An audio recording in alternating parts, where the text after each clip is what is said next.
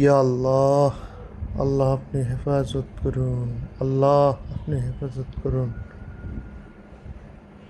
দেখতে পাচ্ছেন যে আসলে বৃদ্ধ থেকে শিশু কেউ আল্লাহ বিপদ থেকে মুক্ত নয়।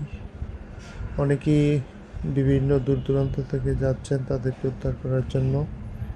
আল্লাহ তাআলা তাদেরকে সঠিকভাবে কাজ করে উদ্ধার করে আনার তৌফিক দান করে দেন। ইয়া আল্লাহ, ফা ইন্নাম আল উসরি উসরা, হাসবুনাল্লাহ ওয়া নি'মাল ওয়াকিল, ইল্লাল্লাহ মা'আস সাবিরিন। ইয়া রাব্বুল আলামিন, নিশ্চয় আল্লাহ ধৈর্যধারীদের সাথে আছেন। আমার জন্য আমার আল্লাহই যথেষ্ট। নিশ্চয়ই কষ্টের সাথে স্বস্তি আছে। আল্লাহ, কিভাবে ঘরগুলো ভেঙে যাচ্ছে মাওলা। মানুষ তাদের জান মাল কিছুই হেফাজত করতে পারছে না। আল্লাহ, যারা একটু সাহায্যের হাত পায় আল্লাহ তাদেরকে সহজভাবে উদ্ধার করার বা হেফাজত করার তৌফিক দান করিয়ে দাও। ইয়া রাব্বুল আলামিন, ইয়া আল্লাহ, গরুটা মরে ভেসে যাচ্ছে। এই মাওলা, আল্লাহ বুবা পানিটি আল্লাহ, ইয়া আল্লাহ, ঘর কিভাবে ভেঙে পড়ে গিয়েছে আল্লাহ। আল্লাহ, দুনিয়াটা আসলে মোহমাত্র আল্লাহ, নিমিষেই শেষ হয়ে যাচ্ছে মাওলা, ভেঙ্গে চুরমার হয়ে যাচ্ছে মাওলা। আল্লাহ আপনি হেফাজত করুন।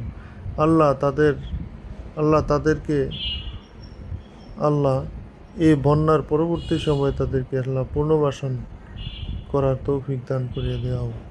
আল্লাহ, দানবীর যারা আল্লাহ তাদের হাতকে আরও প্রশস্ত করে দাও।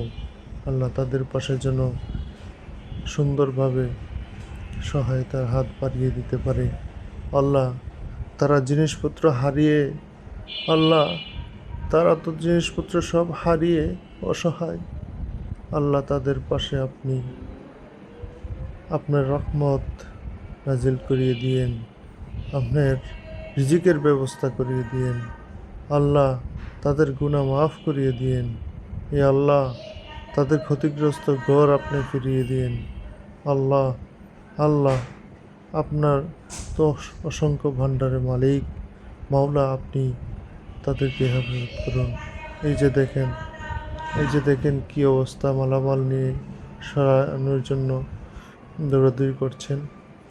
আল্লাহ, এই আকস্মিক বন্যা আল্লাহ যদি প্রাকৃতিক হয়ে থাকে আল্লাহ, ভারতের ষড়যন্ত্র হয়ে থাকে আল্লাহ, আল্লাহ উভয়ের জন্য আল্লাহ, আল্লাহ আপনি হেফাজত করুন। আল্লাহ, যদি ভারতের ষড়যন্ত্র হয়ে থাকে আল্লাহ, ভারতকে আল্লাহ আপনি হেদায়েত দান করুন।